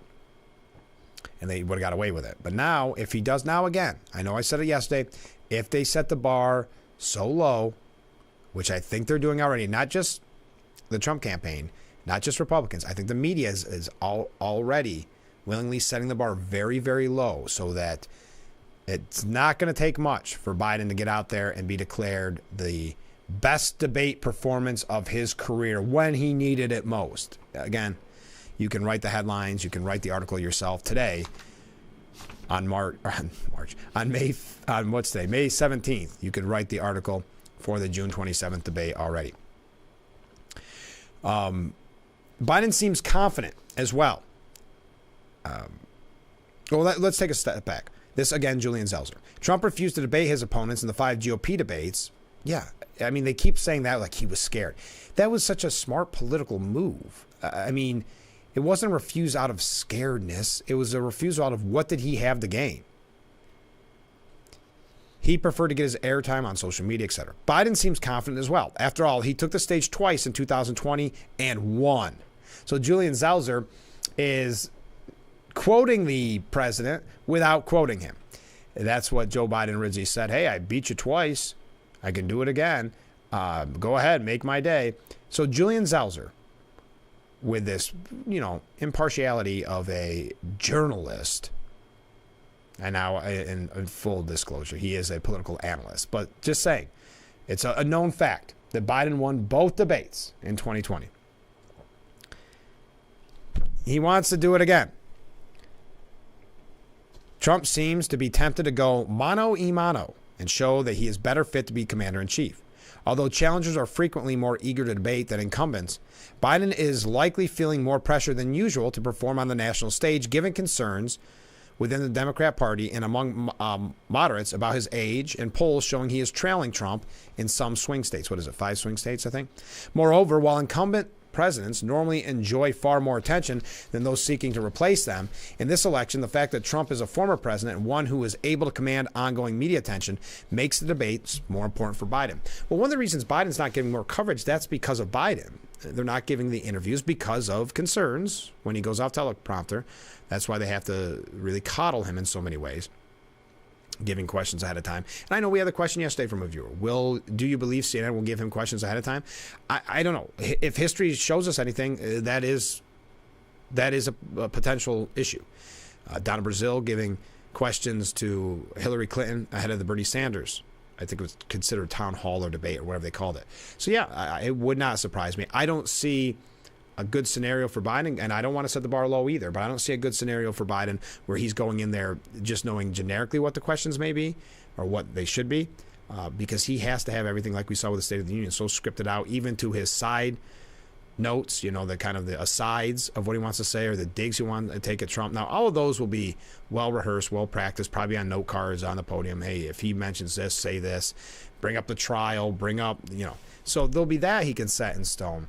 But the questions themselves and the way Trump goes after his opponents could be interesting. Now, one of the rules, of course, is a microphone will shut off after a time limit, is what I'm assuming. If it's not a time limit, if it's up to someone in the booth or something like that, then you'll see that manipulated. You'll see Biden given more time and Trump cut off instantly within the second.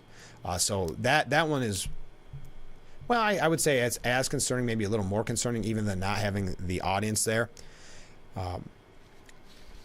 But I'll continue with what Julian Zelzer said. The debates will not take place according to the schedule preferred by the Commission on Presidential Debates, as we know, because both sides believe that that was biased. Now, he goes through the history, and it gets kind of old, the history of all the debates, which they do so frequently in these articles. I think it's to fill up 3 pages. When voters feel they know the two candidates so well, as in the case in 2024, watching them on stage will offer a reality check about what is real and what is fake, and remind voters of what each man would be like in the second term. There are also many questions still to be settled, including the specific rules that will be used since the commission won't set them, and whether third-party candidate Robert F. Kennedy Jr. should participate. CNN rules include that he must reach 15% in the polls, a figure he has not reached. As ugly as the contest is likely to be, it is better for the nation that we have debates. For the moment, at least, it will give crucial information about the candidates to the voters who won't only have to rely on the world of surrogates, influencers, and social media commentators to make sense of what's going on. See, I think they're a little excited about this, those in the media, not just CNN, those in the media, because they see an opportunity of saying, okay, we can say Biden did great no matter what. We can show that there is no cognitive decline, because this is exactly what they did after the State of the Union. We can show it in a way that makes Trump look unhinged, that he looks like he's the one that's struggling in the polls, that he's the one that really needs this more than ever. So I think they're getting a little ahead of themselves, a little almost cocky, that this is going to be good, that we're going to make this work. We're going to manipulate this in a way that works. And maybe at the end of the day, they'll be successful, because all it takes is a few headlines, no matter how the debate looks, to say that Biden had the performance of his life when he needed it the most. Voters throughout the country recognizing that the cognitive decline has been overhyped by President and his campaign and Republican surrogates. And last night he proved that he has 4 more easy years ahead, something like that. I mean, you can see the writing on the wall. So I think they're getting excited, just like when they, on the opposite side of the coin, when they used to love showing the rallies so much because they thought it was a clown show. They thought it was a circus. They thought it was hilarious. And then it started resonating with people. So they always get a little bit in the media. There's one thing you should know. The media people are very full of themselves, very into themselves. I think they're more powerful, more important than they are. So that's what we'll see in this case, kind of the cockiness, the arrogance of they think they already have a way to help Biden in the polls. But we got to take a break because we are running late and we've got the Salvation Army recording coming in. So stay with us. Full disclosure, the interview was pre-taped yesterday. So everything we were talking about in this interview with the Salvation Army is taking place today when we talk about Donut Day. Okay? Just to clarify that in case there was a couple little screw-ups on what day we were supposed to mention. So stay with us. This is Frankly Speaking here on WYDC TV, Big Fox.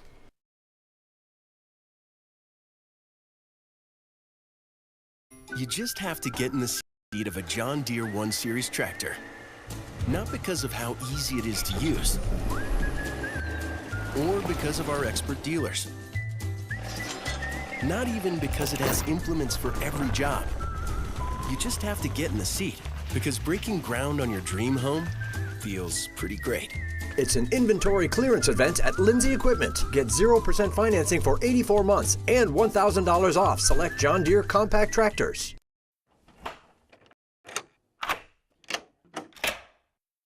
I'm Jonathan Lawson. If you're 50 to 85, please listen closely. The lock I want to talk to you about isn't the one on your door. It's a rate lock for your life insurance that guarantees that once you're insured, your rate can never go up at any time for any reason. Many policies you see don't have one, but you can get a lifetime rate lock from Colonial Penn. This plan was designed for people on a fixed income with coverage options that start at $9.95 a month. That's less than 35 cents a day. Your rate is locked in for life. Coverage can never be canceled, and your acceptance is guaranteed. You cannot be turned down because of your health. See for yourself.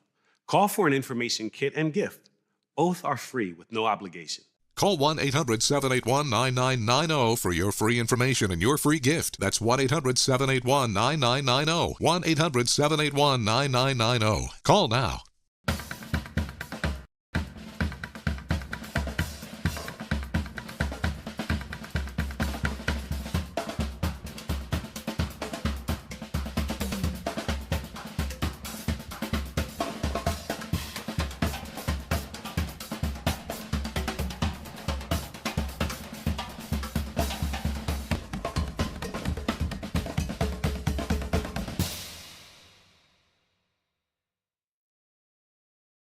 The Big's website is here now. WYDCTV.com. Local and national news that keeps you informed and involved. WYDCTV.com. Today's weather, up to date and in your town. WYDCTV.com. Sports news, local events, and health stories that affect you. WYDCTV.com. The Big Fox website. Your news here now. WYDCTV.com.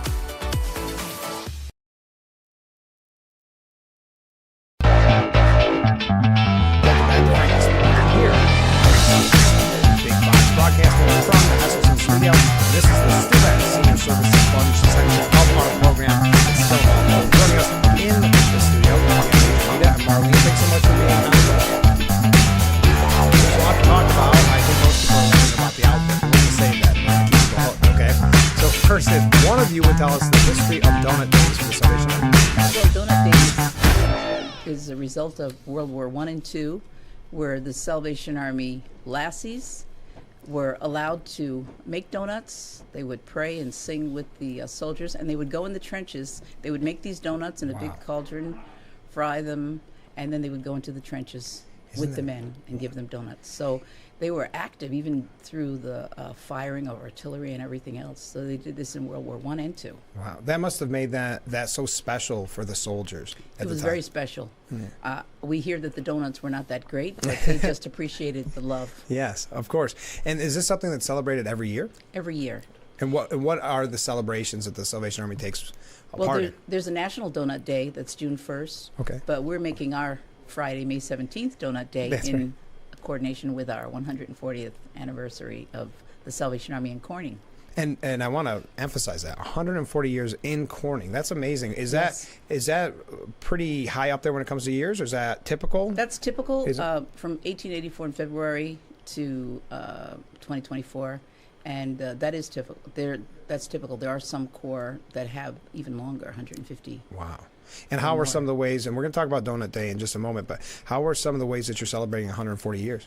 Well, the first kickoff is this week during Salvation Army Week on Friday, right in Centerway. We have our donut girl who's next to me. She'll be giving out donuts. We'll be giving out 60 boxes of donuts along with recipes and some other tips on how to make donuts and the history of Donut Day as well. And I should emphasize, because people are watching this right now and they see this really bright out and sunny, this is pre-recorded, so when people are going to hear it, this is actually Friday. Today is Donut Day. That's right. So as you're getting ready to work, today is the day that you can pick up your donuts. So and coffee. And coffee. Wow. Yes. And that's right at Centerway. Yes, starting 11 at noon. to 1. 11 to 1. 11 so to 1. Go grab some lunch. It's going to be beautiful. See everybody. Say hi to the Donut Lassie. Now tell us about the outfit. Is that the typical outfit?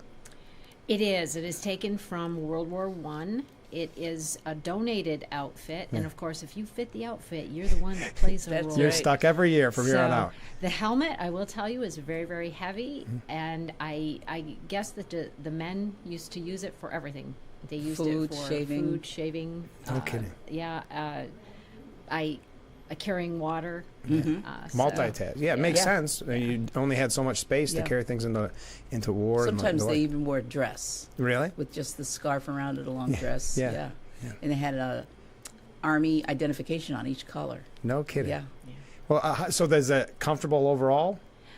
For the most part, it is all wool. So, wool, so you're hoping it's not too hot. I am. And so I'd have to say it's heavy, but wool is breathable. Sure. So I am praying Talk about for... the silver lining. Yes. Huh? Always finding the silver lining. I'm just praying for 40-degree weather. It's 73 tomorrow. Yeah, I know. So again, when you're watching this, that is today, Friday from 11 to 1. So you'll know if it's going to be hot or not by the time you watch this. So what kind of donuts will you be giving away? glazed sour cream, I believe. Yes, they are. They're glazed sour cream. A little sweeter than what they made, because they just made the Bare Essential donuts. But what were they when they were Bare Essential? I mean, they must have been very basic. Very back in World War I specifically. Flour, sugar, water. Yeah. A little bit of yeast. You had to dip up in the coffee. Yeah. Fried in lard. Oh, interesting. And we have the recipe. So. We do. We will be handing out the recipe. I'm sure you've tried it before. Yes, I tried the original. I make them every week. Every week. I do. That's why you have the coffee like to dip it in. Mm-hmm. It totally makes sense. Well, this is such a fun idea. This is the first time, at least in recent memory, that you've been down in Centerway handing out donuts, though, right? Especially in that outfit. I don't remember seeing the outfit before. No, we borrowed the outfit. Yeah. We wanted to be as authentic as possible. And it's absolutely free. Just come over and say hi. It's from 11 to 1 today in Centerway. I want to talk a little bit more about the Salvation Army in general. We were talking off the air, and I know it's been a tough year for everybody when it comes to the need. And it's also been tough in general for numerous organizations for donations. What is the Salvation Army's outlook, would you say? Well, Salvation Army Week makes it a great time to help everybody to refocus on what our mission and ministry is about. And the goal is to have people recognize us as not only community service, but also as a part of the Christian church. And with all the various programs that we offer, we do need funding for that, for our after-school program, for summer day camp, for sending kids to overnight camp, and for doing just youth ministry, creative arts, musical instruction. And how can someone help or donate?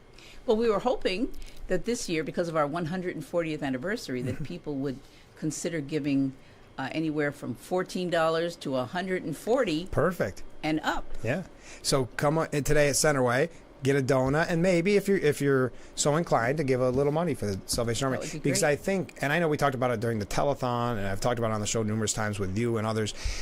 Sometimes people almost take for granted in a way how much the Salvation Army does for our community. Yes. And it's, you work so hard behind the scenes that you're not worried about public relations. You're worried about getting the job done. And sometimes that's a detriment for people realizing how much you do. Right. And this year, with the 140th anniversary, we're trying to rebrand ourselves so that people have a clearer understanding about what we're doing, not only the rent, the utilities, but the other part, the life skill development programs that we offer, for the youth and for the adults. So we're hoping this week, Salvation Army Week, helps us with that. And will there be a big celebration for the 140th here in Corning? Yes, on September 8th at the Nassau Civic Center, we'll be having a chicken barbecue with auction and games. It's going to be a great time. What a great way to celebrate. Yes. And like make donations or just to say thank you. There's so many people in the community that have been so positively affected throughout their life by the Salvation Army. Yes. Just stop by and say thanks or say hi and make new friends or talk to old friends. Yeah, absolutely. We'd appreciate that. So before we go, what do you say to everybody today? Remember, going to get donuts down in Centerway. What should they say to you when they come up in your outfit? Hey, I do. I invite you to come on down and say, hey there, Donut Lassie. Can I get a picture? Can I get a picture? And absolutely, there will be photo opportunities, and I'll get you a donut. Perfect. Free donuts. 11 to 1, free donuts, coffee, and just a great conversation. Thanks so much for being on the show, and stay warm. I shouldn't say that to you. Thank you for having us. We'll do it again soon. Appreciate All right. All right. We're definitely going to talk before September 8th. Okay. Great. All right. Thank you. We'll be right back with Frankly Speaking here on WYDC TV. Big Fox, stay with us.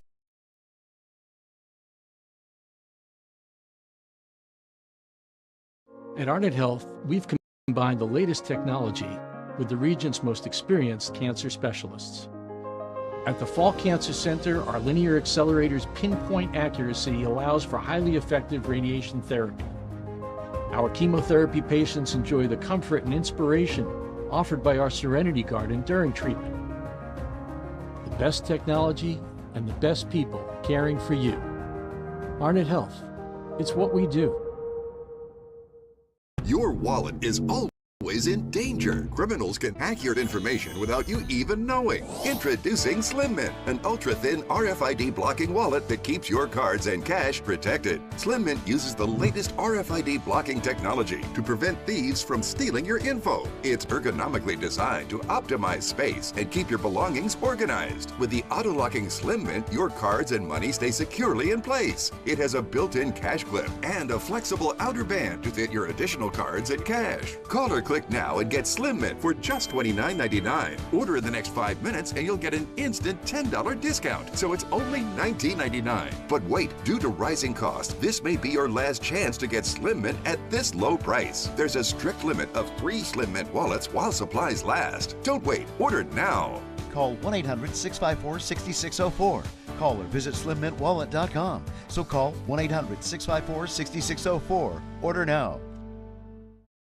Getting real video for a commercial used to be extremely expensive, but not anymore. WYDC TV Big Fox now offers the Twin Tiers amazing aerial video for your business. We do it with our state-of-the-art drone and commercially licensed aerial pilot. Beautiful HD aerial video and pictures custom-made for your commercial. Call or email now to advertise on Big Fox TV and let everyone see your business in a whole new way. In a few words, Urkel, glasses, nerd. It pays to know your nerds. If you guys didn't get nerd with me sitting up here on this show, 25 words or less. Weeknights at 5 and 5:30 on Big Fox.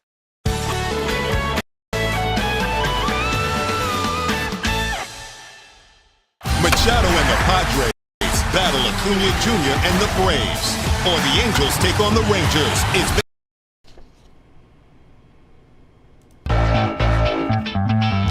And we are back with Frankly Speaking. Thank you so much for joining us, and thank you to Major Anita Stewart and Marlene Swingle from the Salvation Army of Corning for being a guest this morning on the program. They do such amazing work at the Salvation Army of Corning. And in full disclosure, I'm sure I've mentioned this before during the telethon, so it's not a secret, but I'm the chairman of the board, the advisory board. And when you see the numbers and how many people they help at the Salvation Army, it is amazing. It's heartbreaking that they're down this year from a kettle campaign and the like. So we want to do all we can for them, and I look forward to promoting the upcoming September 8th fundraiser as well. The picnic, 140th year here in Corning. So come out, everybody, today. In Centerway right down on Market Street is where the clock tower is. Stop in, get a free donut, talk to them, say they did a great job on Frankly Speaking this morning, because they did. All right, a couple comments from viewers while we were talking with the Salvation Army. CNN will definitely have Joe Biden's back. I agree. This one I'm going to, I hope you don't mind, to the viewer, I'm going to censor it a little bit or reword it a little bit. Every time Biden speaks, we see he can't put together a cohesive sentence. So they would have to fill him full of, we'll say, what Hunter used to enjoy to keep him coherent for 2 hours. Next comment. Frank, I have recently started, this is all different different viewers. Frank, I've recently started listening more to CNN and MSNBC, well, MSDNC, and realized the error of my ways. Okay, all right, Ken. Instead of a past president that led our country to energy dominance, low inflation, conservative justices, low unemployment, and respect around the world, I now want an elderly man with a poor memory to continue to lead us to higher energy costs, high inflation, packing the courts, and being a laughingstock around the world. Well, welcome to the party, Ken. I'm sure CNN and MSDNC, as you put here, I'm sure they are grateful, and it seems as if their hours of work to push that agenda has paid off. So I'm sure that they're glad to hear that. And a final comment, and this is not final for the whole show, but final for this round of comments. And this is the one. These are the ones I always like to read the most. Good morning, Frank. Good morning. As a lifelong resident of Corning, we are lucky to have you for a voice of the people. I'm a natural gas voter and always vote for energy independence. Well, thank you very much for watching, and thank you for the very kind and nice words. And it's good to have a natural gas voter out there voting for energy independence. It keeps us safe.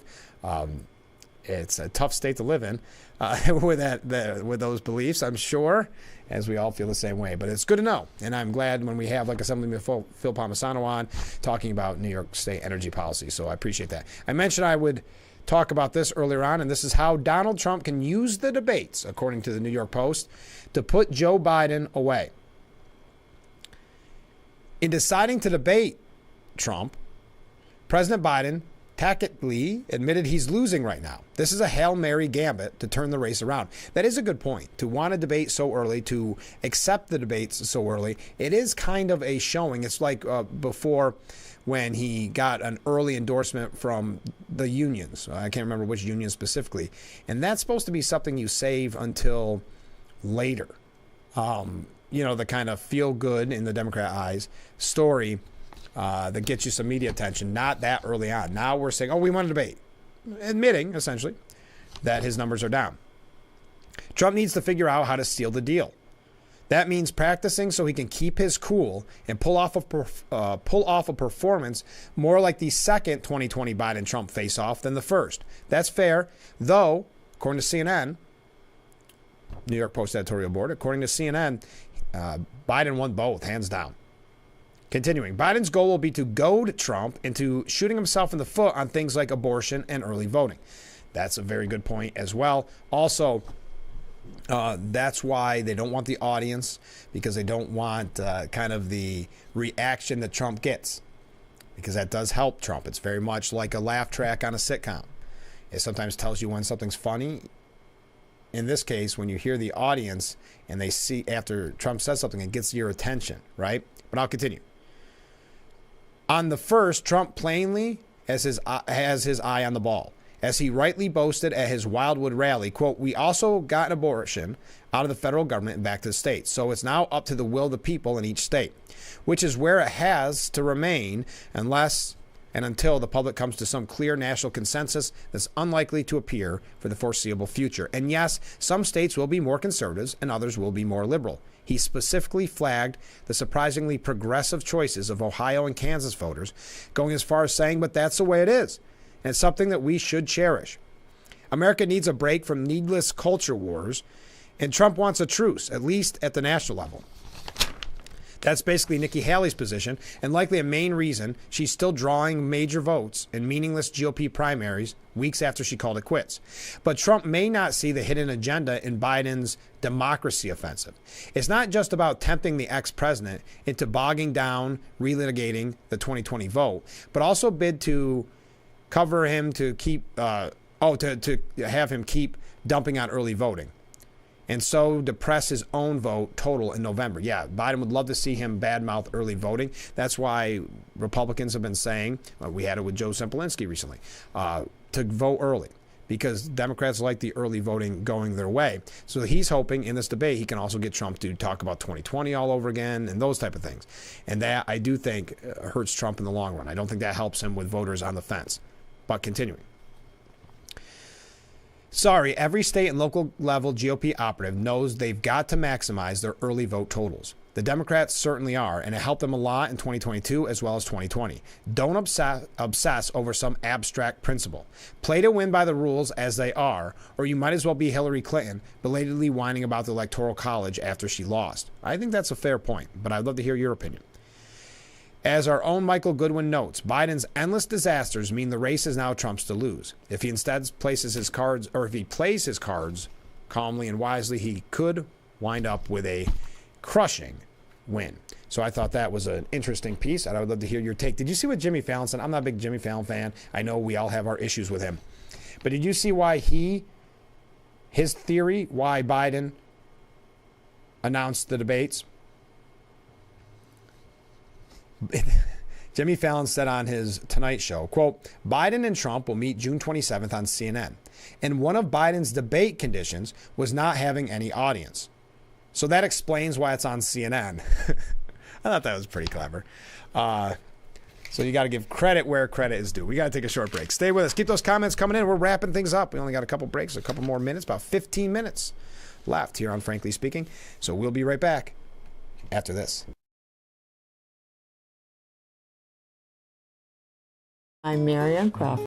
I've lived here for 70 years, but I do fine right here in my house, and I want to be here as long as I can be. And I feel comfortable knowing that if something happened to me, someone would know because of the cameras that are installed in various spots in my home. That has been a wonderful gift to me, to be able to have that security and that support from Full Circle America, and that's what it's all about.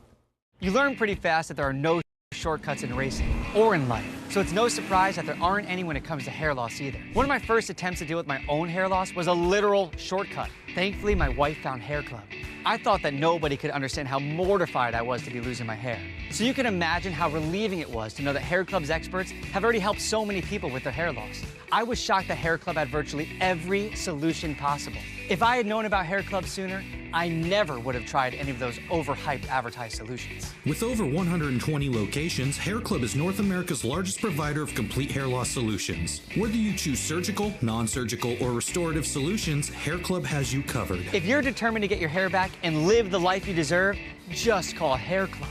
You can get your own free personalized consultation with a hair loss expert and be on your way to the finish line in no time. Scan the code on your screen now to schedule a free consultation and save 20% on select solutions using promo code Frankie.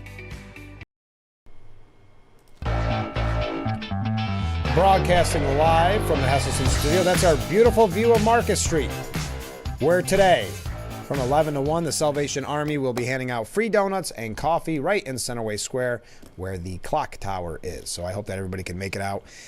Tim Rosenberger says District Attorney Alvin Bragg lets New York City crime run rampant as he pursues this empty case against Trump. Headline, chasing Manhattan District Attorney Alvin Bragg's vanity project of a trial against former President Trump comes at a high cost for New Yorkers. The time and expense Bragg has devoted to the flimsiest cobweb Trump charges are indefensible, given how many dangerous crimes go unprosecuted. Criminals roam the streets with little fear of facing jail time. I'd highly recommend this article. You can find it at the New York Post. He goes through the numbers, a little too wonky to get into here on the program. But he talks about all the victims that, and I've mentioned this numerous times on the program, all the victims that didn't need to be victims if we were tough on crimes. These are just some of the citizens, and he gives specifics, that are denied justice, even as a politically motivated and costly trial proceeds. Bragg is so desperate to get Trump that he has abandoned the New Yorkers he is elected to serve. Now, the CNN did the takeaways from day 18 of the Trump hush money trial. I'm not going to go through that, but CNN's Stephen Collinson, again, showing that CNN has turned into the Biden website, essentially. But he does say Michael Cohen gives Donald Trump his best day in hush money trial so far. When you say best day, what could we, again, maybe someone explain to us what the crime is, what we're actually looking at here? Donald Trump finally had a good day in court. That's how he starts it. The presumptive GOP nominee has often seemed embarrassed and infuriated by his first criminal trial, which has featured salacious exposés of his personal life and details of his alleged attempts to cover it up. But on Thursday, he got to savor his former fixer-turned-enemy, Michael Cohen, wobbling on the stand under a fearsome cross-examination. Cohen appeared to be tripped up over an account of a call he'd previously said under oath was to discuss Trump's hush money statement to Stormy Daniels. It emerged under questioning on Thursday that, at least to begin with, the topic of the call was about another matter entirely. And he goes through, I'm not going to give all the pivotal moment. You know, goes through, and they're trying to equate it. A couple people have done this to a boxing match. Norman Eisen, also CNN, said Trump's defense landed some punches, but Michael Cohen kept standing. The hero. Also, the media loves Michael Cohen. Unbelievable, isn't it?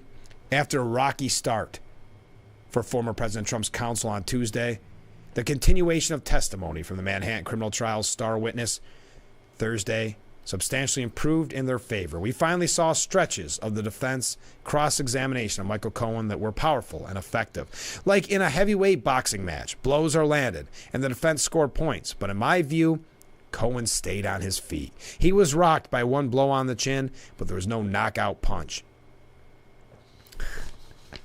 Michael Cohen walks on water all of a sudden, according to CNN. Today was not sufficient, he wraps up by saying, to reverse the proof beyond a reasonable doubt that has been established over the weeks of the case in chief. The defense needed a knockout punch because they were behind on points and didn't get one, but it's a closer case. Again, a case of what? What? Yeah, I'm not going to go through all of it. We talked about it so extensively. It's amazing that you have quote-unquote legal experts at CNN and other far-left outlets that are presenting this as an actual important trial. One that so many have admitted, Fareed Zakaria from CNN himself saying that, well, this wouldn't be happening if it weren't Trump. This would not be a trial. People like Governor Hochul and others saying, well, don't worry, businessmen, don't worry. This is just because of Trump. This is not going to be typical. Don't worry. CNN's Ely Honig was asked, I just wonder how we got to the point and what you think you've seen in a lot of these things developing in court. You've seen a lot of trials. Have you ever seen anything like this, kind of twist like this? Honig said, I don't think I've ever seen a star cooperating witness get his knees chopped out quite as clearly and dramatically as what just happened with Michael Cohen. I've certainly seen very effective cross-examinations of cooperating witnesses. I've seen aspects of their story cut into and called into question. But this goes to the heart of the allegation here, that phone call on October 24th. And it looks to the jury and to Anderson Cooper and Kara Scannell, Judge George Grasso, who are all in the courthouse, that was a devastating moment. We are at an interesting moment right now. 25 minutes away from the end of the court date, which ends at 4 today. I believe that Todd Blanche is going to keep his cross going. So when they come back into court for 5 days, and on Monday, if he finds new stuff in the next 4 days, he will have the ability to continue the cross. Yes, today, former President Trump, will be at Barron's graduation, as you know, so trial does not begin again until Monday. CNN's Anderson Cooper saying similar, I would absolutely doubt Michael Cohen's testimony if I were a juror. Throughout the day, Michael Cohen was cornered. He found himself in a corner. He does have a pattern of suddenly not understanding the question being asked, or seemingly one could say buying time to try to figure out how he wants to answer. But he definitely suddenly starts to have Todd Blanche repeat questions like, I don't quite understand what you mean. I'm confused by that question. By this time, Michael Cohen was cornered in what appears to be a lie, I think, to many in the room. You could tell the importance of the moment, and everyone in the courtroom could tell. And if you were unaware of it, the clicking of every reporter in the room's typewriters. It was like a crescendo because the drama of the moment was so clear to everybody. All right, we got a couple of last-minute things on this. Wrap up today's discussion on the program. Get your last-minute comments in, and we're going to take a short break, and we'll be right back. Last break of the Friday edition of Frankly Speaking. It's 7:53. Stay with us.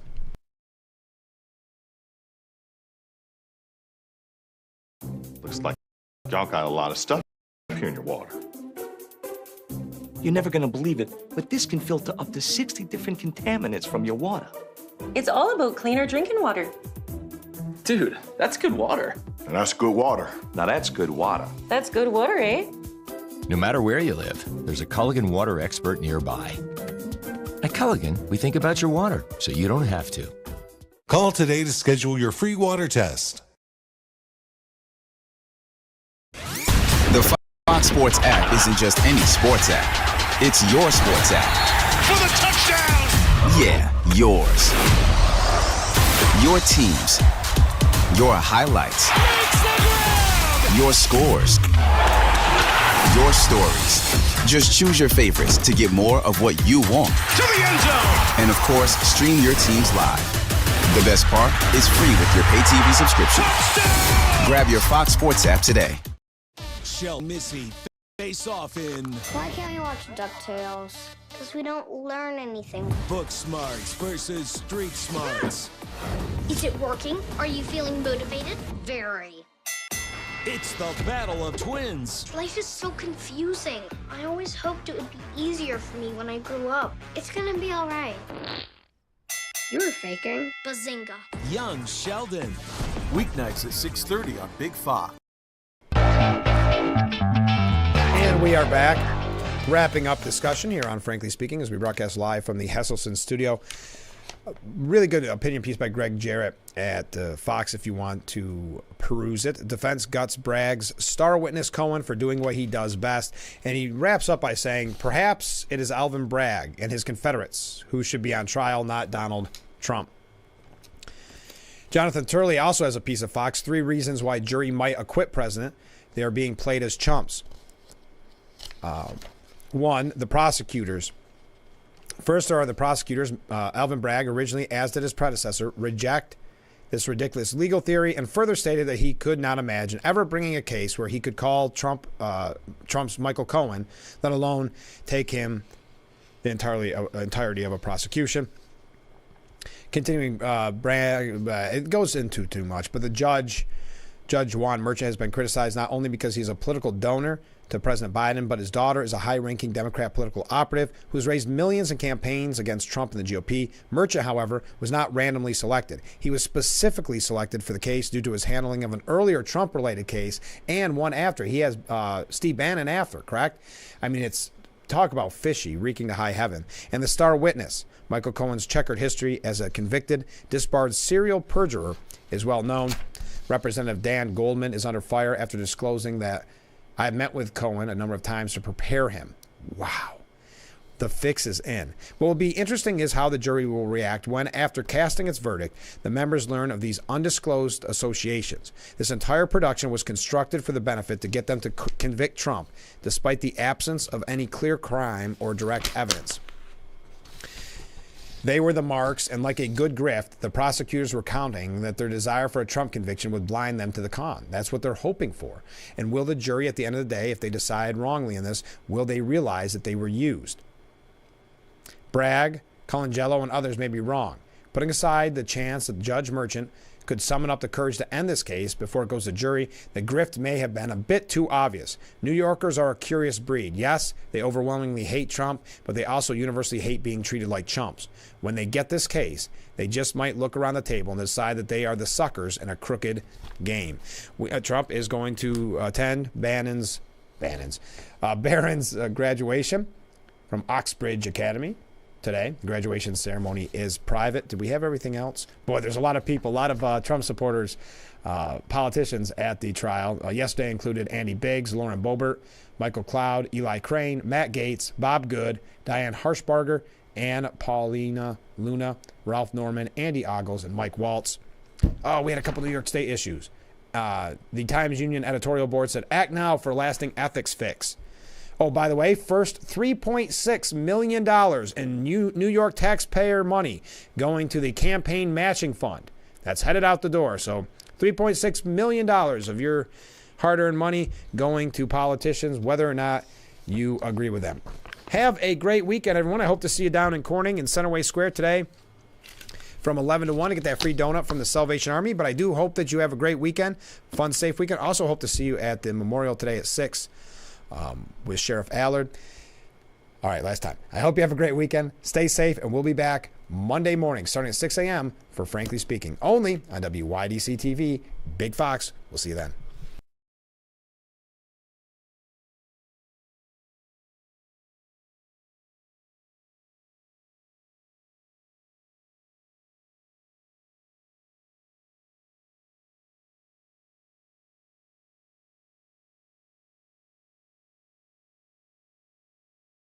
The Big Fox website is here now. WYDCTV.com. Local and national news that keeps you informed and involved. WYDCTV.com. Today's weather, up to date and in your town. WYDCTV.com. Sports news, local events, and health stories that affect you. WYDCTV.com. The Big Fox website. Your news here now. WYDCTV.com.